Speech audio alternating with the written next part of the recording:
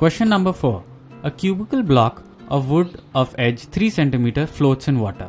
The lower surface of the cube just touches the free end of a vertical spring fixed at the bottom of the pot. Find the maximum weight that can be put on the block without wetting it. Given that the density of the wood is 800 kilograms per meter cube, the spring constant is 50 newtons per meter and we can assume G as 10 meters per second square. तो इस question का approach क्या होने वाला है? हाँ, तो सबसे पहले हम देखेंगे कि जब W वेट इस ब्लॉक पर ऐड ना किया गया हो, हाँ, तब कितना डिप होगा ये वाला ब्लॉक. ठीक है. और इसके बाद में हम लोग देखेंगे जब इसको पूरा डिप कर दें और इस पे W लगा दें. ऐसा करते हैं कि पहला स्टेप कर लेते हैं और उसके बाद let's go on to the next. Right. ठीक है. हाँ. So if we take this block, हाँ, with the area of the top to be equal to A, हाँ, and this height to be H. ठीक है. So the volume of the block will be A into H. Fair enough. Now H is given to be 3 centimeters. ठीक है. So if we write A H dash, which is the amount dipped inside, which is also the buoyancy force, rho water. So this will basically give us the okay. So A H dash is वो पानी जो displace हो चुका है. Yes. ठीक है. So this is the volume of the water which has been displaced. ठीक This है. is rho water. ठीक है. And this is G. Fine. So this is basically the buoyancy force. ठीक है. And it will be equal to the mass of the block. The mass of the block. That is area into H into rho of block. ठीक है. All right. So since the specific gravity is given to be 0.8, rho block upon rho water is equal to 0.8. Okay. And hence we calculate H dash to be equal to 2.4 centimeters. ठीक है. तो ये जो 2.4 centimetres है उतना हमारा block already डूबा हुआ है पानी के अंदर. Yes, exactly. तो अभी इसके बाद क्या करना है? इसके बाद हमें पता चल चुका है कि हमें 3 minus 2.4 यानी कि 0.6 सेंटीमीटर्स और डिप कराना है ब्लॉक को. अच्छा, तो वेटिंग से ये मतलब है कि ब्लॉक पूरी तरह पानी के अंदर चलेगा. Exactly. ठीक है. अब हमें ये समझ में आ गया है, तो 0.6 सेंटीमीटर और नीचे जाने के बाद जो फोर्स ऑफ बॉयंसी होगा, that would be equal to 27 into 10 to the power minus 6 meter cube. That is block. ठीक है. The complete volume. Okay. Then rho water. That is 1000 kg per meter cube into G, that is 10 meter per second. तो basically आपने रो we जी कर दिया with volume being the total block since पूरी तरह से block will be immersed. Exactly. ठीक है. तो इसकी क्या वैल्यू आती है? 0.27 न्यूटन्स. ठीक है. अब हम अगर देखें तो स्प्रिंग भी कंप्रेस हो चुका है. जी. तो F स्प्रिंग जैसा कि हम लोग जानते हैं is given by K into X. ठीक है. Where K is the spring constant and X is the change in length, displacement. ठीक है. So K was given here to be 50 Newton per meter. And the displacement as we found out was 0.6 centimeters. ठीक है. 0.3 newtons. Okay. Now we see that the force of buoyancy and the spring force taken together will balance the weight of the block plus the additional weight which we are going to add. ठीक है. So W dash is equal to 27 into 10 to the power minus 6 into 800 kg per meter cube. और ये क्या है? ये होगा हमारे block का वेट. तो ब्लॉक का वेट अच्छा ठीक है. ब्लॉक का वेट हो गया वॉल्यूम इनटू डेंसिटी की. Right. Into 10. So this we got to be 2 newtons. ठीक है. अब हमारे लिए W क्या होगा? W would be equal to force of buoyancy plus force of spring minus weight of the block. ठीक है. क्योंकि हमने देखा था कि W plus W dash is equal to force of buoyancy plus force of spring. Okay. Since हम इतना कर चुके हैं और हर कैलकुलेशन कर चुके हैं, हमें बस वैल्यूज प्लग इन करनी है. F buoyancy was calculated as 0.27 newtons. ठीक है, S spring was calculated as 0.3 0.3 newtons ठीक है, and minus 0.22 newtons. That was the weight of the block. So we find this out to be 0.35 newtons. अच्छा ठीक है. तो इस क्वेश्चन को रिकैप कर लेते हैं. Yes. तो सबसे पहले ऐसा कंडीशन दिया गया है कि the block is immersed slightly. तो सबसे पहले हमने निकाला कि कितना ऑलरेडी इमर्स्ड है. Yes. वो हमने किया आर्किमिडीज प्रिंसिपल यूज करके. उसको बॉयंसी फोर्स को हमने इक्वेट कर दिया with the weight of the block and we found out कि कितना ऑलरेडी इमर्स्ड है. Yes. फिर नेक्स्ट केस में हम लोग ने कुछ वेट ऐड किया इस ब्लॉक पे इन सच अ वे कि वो पूरी तरह डूब जाए, जिसे वेटिंग कहते हैं. ओके. तो इसके लिए क्या होगा, जो फाइनल केस होगा द ब्लॉक पूरी तरह अंदर चले जाएगा. मतलब जो 0.6 सेंटीमीटर जो पहले बाहर को था वो भी अंदर चले जाएगा. Yes. And since the block was पहले से already touching the spring a little bit, so when it dips down totally, this 0.6 centimetre will be the displacement of the spring. Yes. तो अभी हम लोग ने क्या किया है कि टोटल बॉयंसी फोर्स निकाल ली ब्लॉक की, क्योंकि वो पूरी तरह से डूबा हुआ है, रो वीजी लगा के. हाँ. फिर एफ ऑफ द स्प्रिंग निकाल लिया सिंस हम लोग डिस्प्लेसमेंट पता है एंड के हैज बीन गिवन. हाँ. और फिर हमने इसको इक्वेट कर दिया with weight of the block plus some additional weight which is our objective. Yes. तो इस simple Newton laws of motion को लगा के हमने निकाल लिया है कि this additional weight will be 0.35 Newton. Yes.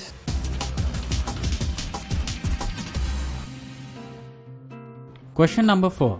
A cubical block of wood of edge 3 cm floats in water. The lower surface of the cube just touches the free end of a vertical spring fixed at the bottom of the pot. Find the maximum weight that can be put on the block without wetting it. Given that the density of the wood is 800 kilograms per meter cube, the spring constant is 50 newtons per meter and we can assume G as 10 meters per second square. तो इस question का approach क्या होने वाला है? हाँ, तो सबसे पहले हम देखेंगे कि जब W वेट इस ब्लॉक पर ऐड ना किया गया हो, हाँ, तब कितना डिप होगा ये वाला ब्लॉक. ठीक है. और इसके बाद में हम लोग देखेंगे जब इसको पूरा डिप कर दें और इस पे W लगा दें. ऐसा करते हैं कि पहला स्टेप कर लेते हैं और Okay. उसके बाद let's go on to the next. Right. ठीक है. हाँ so if we take this block हाँ with the area of the top to be equal to A हाँ and this height to be H. ठीक है. So the volume of the block will be A into H. Fair enough. Now H is given to be 3 centimeters. ठीक है. So if we write A H dash, which is the amount dipped inside, हाँ हाँ which is also the buoyancy force, rho water. So this will basically give us the okay. So A H dash is वो पानी जो displace हो चुका है. yes. ठीक So है. so this is the volume of the water which has been displaced. ठीक This है. is rho water ठीक है. and this is G. So Fine. this is basically the buoyancy force ठीक है. and it will be equal to the mass of the block. the mass of the block. ठीक That है. is area into H into rho of block. ठीक है.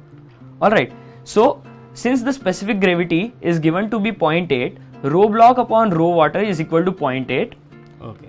and hence we calculate H dash to be equal to 2.4 centimeters.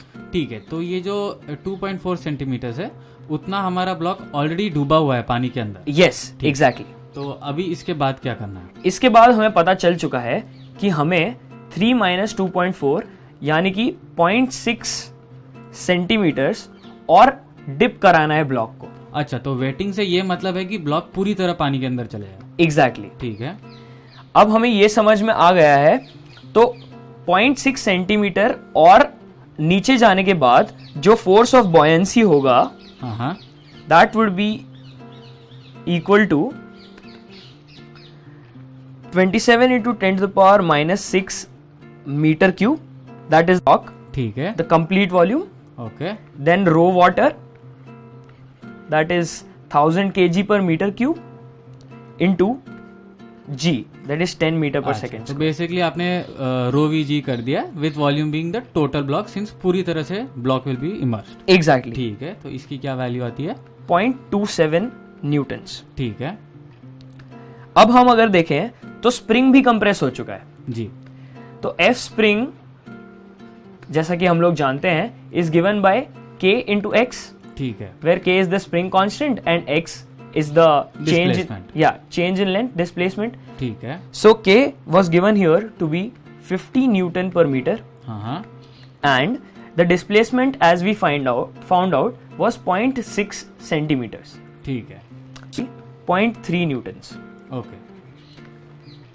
Now we see that the force of buoyancy and the spring force taken together will balance the weight of the block plus the additional weight which we are going to add. ठीक है. So W dash is equal to 27 into 10 to the power minus 6 into 800 kg per meter cube. और ये क्या है? ये होगा हमारे block का वेट. तो ब्लॉक का वेट अच्छा ठीक है, ब्लॉक का वेट हो गया वॉल्यूम इनटू डेंसिटी की. Right, into 10. So this we got to be 2 newtons. ठीक है. अब हमारे लिए W क्या होगा? W would be equal to force of buoyancy हाँ. plus force of spring okay. minus weight of the block. ठीक है. क्योंकि हमने देखा था कि W plus W dash is equal to force of buoyancy plus force of spring. Okay. Since हम इतना कर चुके हैं और हर कैलकुलेशन कर चुके हैं, हमें बस वैल्यूज प्लग इन करनी है. F buoyancy was calculated as 0.27 newtons. ठीक है. S spring was calculated as 0.3 newtons ठीक है. and minus 0.22 newtons. That was the weight of the block. So we find this out to be 0.35 newtons. अच्छा ठीक है. तो इस क्वेश्चन को रिकैप कर लेते हैं. Yes. तो सबसे पहले ऐसा कंडीशन दिया गया है कि the block is immerse slightly. तो सबसे पहले हमने निकाला कि कितना ऑलरेडी इमर्स्ड है. Yes. वो हमने किया आर्किमिडीज प्रिंसिपल यूज करके. उसको बॉयंसी फोर्स को हमने इक्वेट कर दिया with the weight of the block and we found out कि कितना ऑलरेडी इमर्स्ड है. Yes. फिर नेक्स्ट केस में हम लोग ने कुछ वेट ऐड किया इस ब्लॉक पे इन सच अ वे कि वो पूरी तरह डूब जाए, जिसे वेटिंग कहते हैं. ओके. तो इसके लिए क्या होगा, जो फाइनल केस होगा द ब्लॉक पूरी तरह अंदर चले जाएगा. मतलब जो 0.6 सेंटीमीटर जो पहले बाहर को था वो भी अंदर चले जाएगा. Yes. And since the block was पहले से already touching the spring a little bit, so when it dips down totally, this 0.6 centimeter will be the displacement of the spring. Yes. तो अभी हम लोग ने क्या किया कि टोटल बॉयंसी फोर्स निकाल ली ब्लॉक की, क्योंकि वो पूरी तरह से डूबा हुआ है, रो वीजी लगा के. हाँ. फिर एफ ऑफ द स्प्रिंग निकाल लिया सिंस हम लोग डिस्प्लेसमेंट पता है एंड के हैज बीन गिवन. हाँ. और फिर हमने इसको इक्वेट कर दिया with weight of the block plus some additional weight which is our objective. Yes. तो इस simple Newton laws of motion को लगा के हमने निकाल लिया है कि this additional weight will be 0.35 Newton.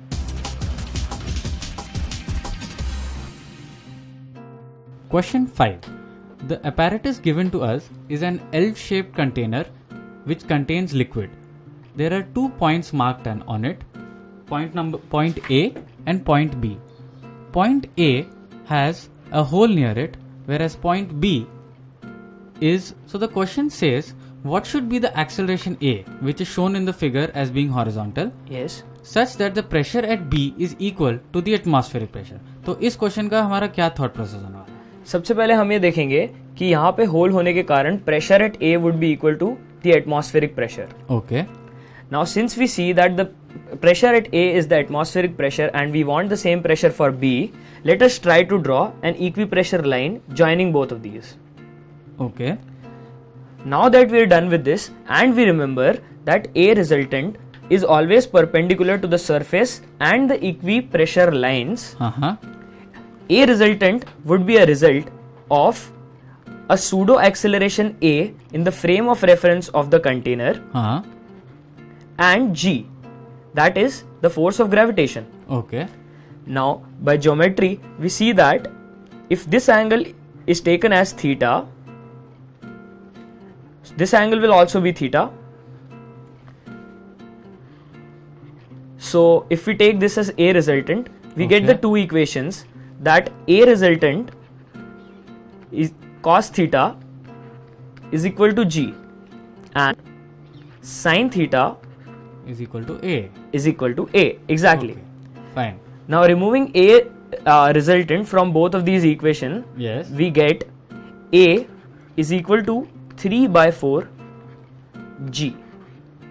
Okay, fine. So let's recap this question. The experimental apparatus given to us is as shown, and what we need to do is figure out the horizontal acceleration required to equate the pressures at points A and B. तो सबसे पहले हमें ये conclude करना पड़ेगा कि due to the whole the pressure at A is pre atmosphere, और फिर we will draw a equipressure line. और इस लाइन की स्पेशलिटी ये होती है कि every point on it has an equal pressure. तो सिंस हमें ए एंड बी के प्रेशर को इक्वेट करना है, एक हमने इक्वी प्रेशर लाइन बना दी है दोनों के बीच में, और हम एक ऐसा हॉरिजॉन्टल एक्सेलरेशन चाहेंगे जिससे लिक्विड का surface will be parallel to this A B line that we have drawn. तो उसके बाद हम लोग ने सिंपल ट्रिग्नोमेट्री लगा दी है, जहाँ पे जैसे आप इस ट्रायंगल में देख सकते हैं 3 मीटर 4 मीटर आया है सिलेंडर के कंटेनर के डायमेंशन से. Yes. एंड हम लोग ने थीटा को इक्वेट करके we have got 2 equations. And जैसे ये वेक्टर डायग्राम में हमें दिख रहा है, side we have a resultant sine theta being equal to a, and on the vertical we have a resultant cos theta being equal to g. And once we calculate a, we get it as equal to 3/4 G. Yes. And this sums up question number 5.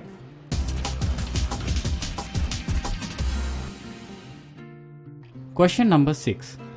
इस question के पहले एक information paragraph दिया गया है जो हम पहले पढ़ लेते हैं. This container has 3 liquids. Liquid 1, water and liquid 2. Liquid 1 and 2 के स्पेसिफिक ग्रेविटीज दिए हुए हैं, और ये बोला क्या है कि there is a point P जहां पे एक प्लग है. प्लग की एरिया दी हुई है, और cross sectional area of the entire container which is 50 centimetre square has been given. Also the assumption that we have to assume all the liquids as ideal has been mentioned. So question number 6 is we have to find the ratio of H2 is to H1. तो इस question का framework क्या होगा? इस question को solve करने के लिए हम H2 और H1 को इंडिविजुअली कैलकुलेट करेंगे. ठीक है. और ये हम करेंगे प्रेशर इक्वेट करके LHS पे, जो कि कंटेनर साइड होगी. ठीक है. और RHS पे, जो कि ट्यूब साइड होगी. ठीक है. अब LHS पे जैसे कि हम H2 कैलकुलेट करने की कोशिश करते हैं. तो LHS is equal to P0, that is the atmospheric pressure which is acting over here. ठीक है.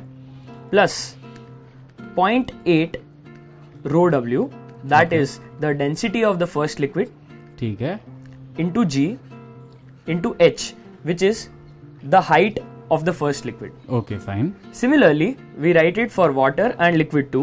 अच्छा, ठीक है. Which would go like 1 rho W G into 2H plus 1.2 rho W G into 3H.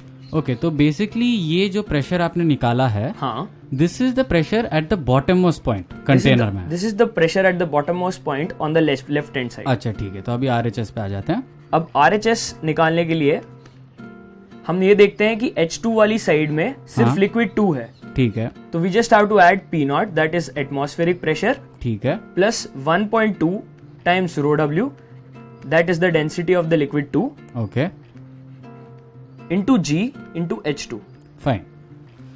So equating both of these, we get the result H2 in terms of H 6.4 H.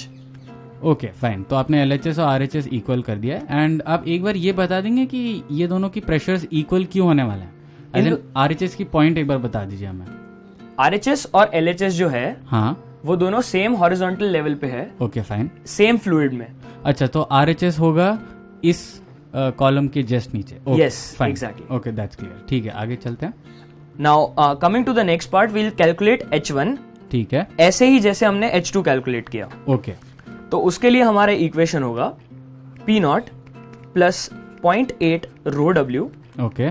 GH plus rho W G into 2H. Okay.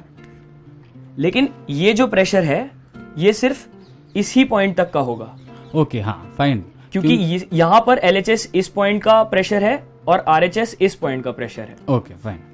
So writing the RHS similarly, we'll get P0 plus water, क्योंकि यहां पे tube में water है.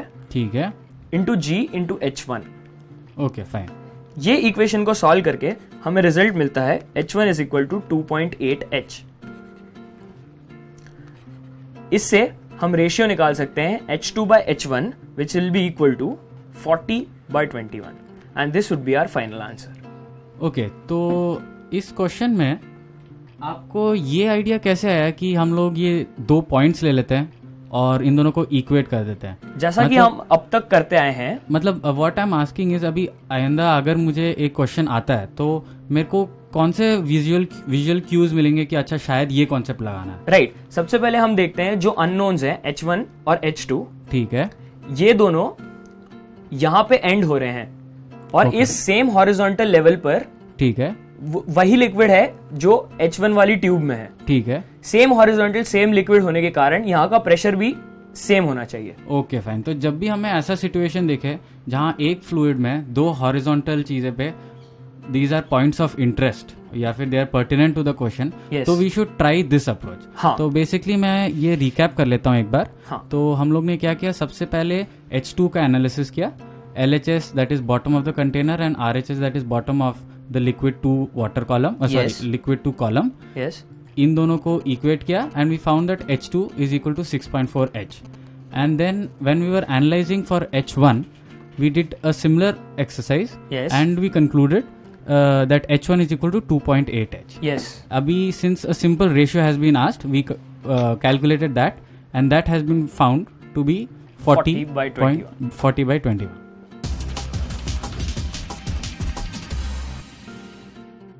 Question number 7।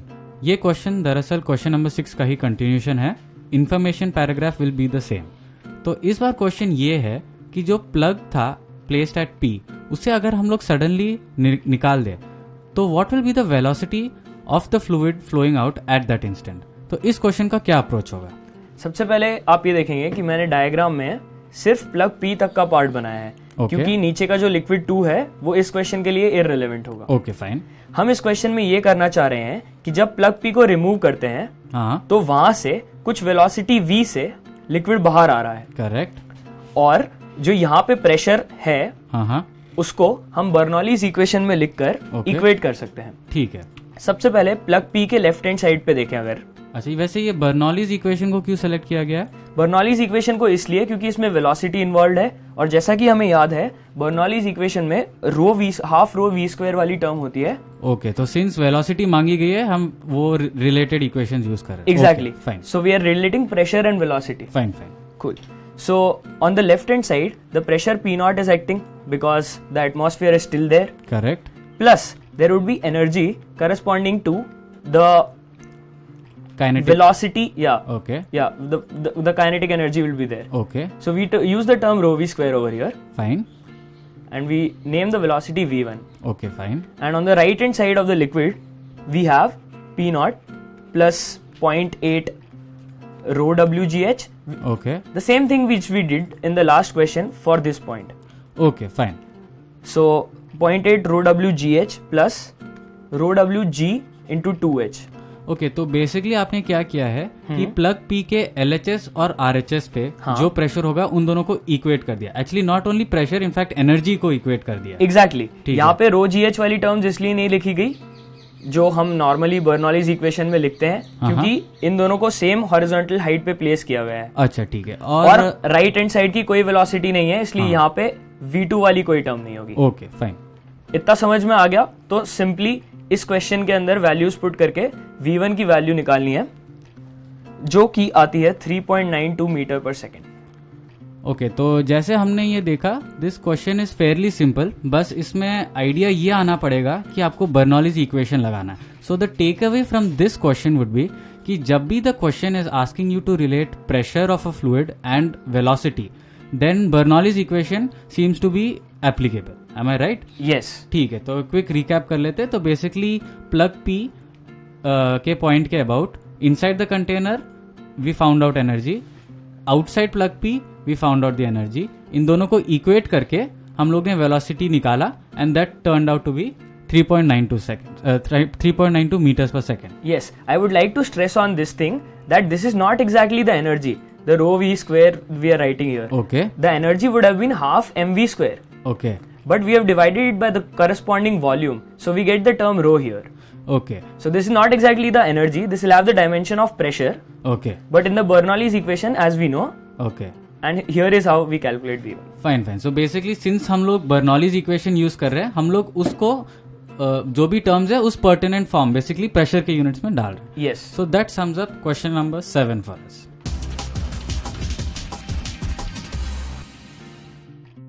Question 8. तो जैसे हम देख सकते हैं इस क्वेश्चन में भी एक इन्फॉर्मेशन पैराग्राफ दिया हुआ है, और I'd like to draw your attention to the fact कि ये क्वेश्चन पिछले साल ही जेई मेंस एडवांस में भी पूछा गया था. तो the question reads like this: a spray gun is shown in the figure where a piston pushes the air out of the nozzle. The other end of the tube is in a small liquid container. As the piston pushes air through the nozzle, the liquid from the container rises into the nozzle and is sprayed out. For the spray gun shown, the radii of piston and nozzle are 20 mm and 1 mm respectively. The upper end of the container is open to the atmosphere.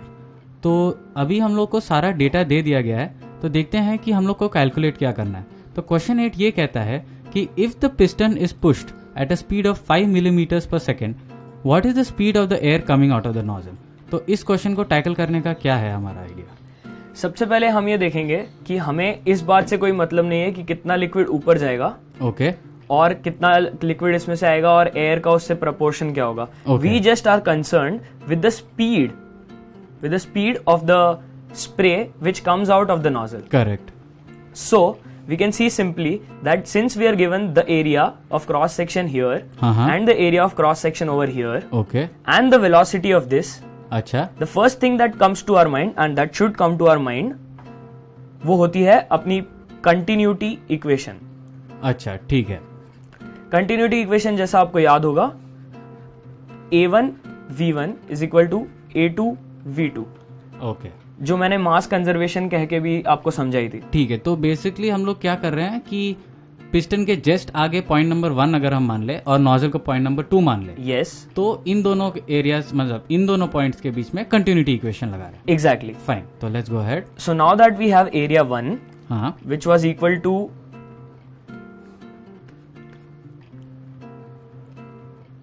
Okay, that's the radii. Yes. ठीक है. pi r square ठीक would है. be equal to the area, okay, and we are keeping it in millimeters only because we have the other area in millimeters only. ठीक है. तो basically units का ध्यान रखते हुए, Yes. Okay, So here this side it would be pi into 1 square into हाँ. V2. Okay, Now this is in millimeter square. You should millimeter per second. You should always remember to take care of the units. So V2 comes out to be 2000 millimeters per second, which is equal to 2 meters per second. अच्छा, ठीक है. तो इस question को recap करते समय हमें ये याद रखना चाहिए कि इस लंबे क्वेश्चन को देख के घबराना नहीं चाहिए. सिंपली देखना चाहिए कि मांगा क्या गया है. सिंस सिर्फ वेलोसिटी एट एग्जिट नोजल पूछी गई है, we should try and apply the most simple equation that is known to us, that is the continuity. तो इसे अप्लाई करने पे हमें ये मिलता है कि V2 is equal to 2 meters per second. And this finishes our question number 8.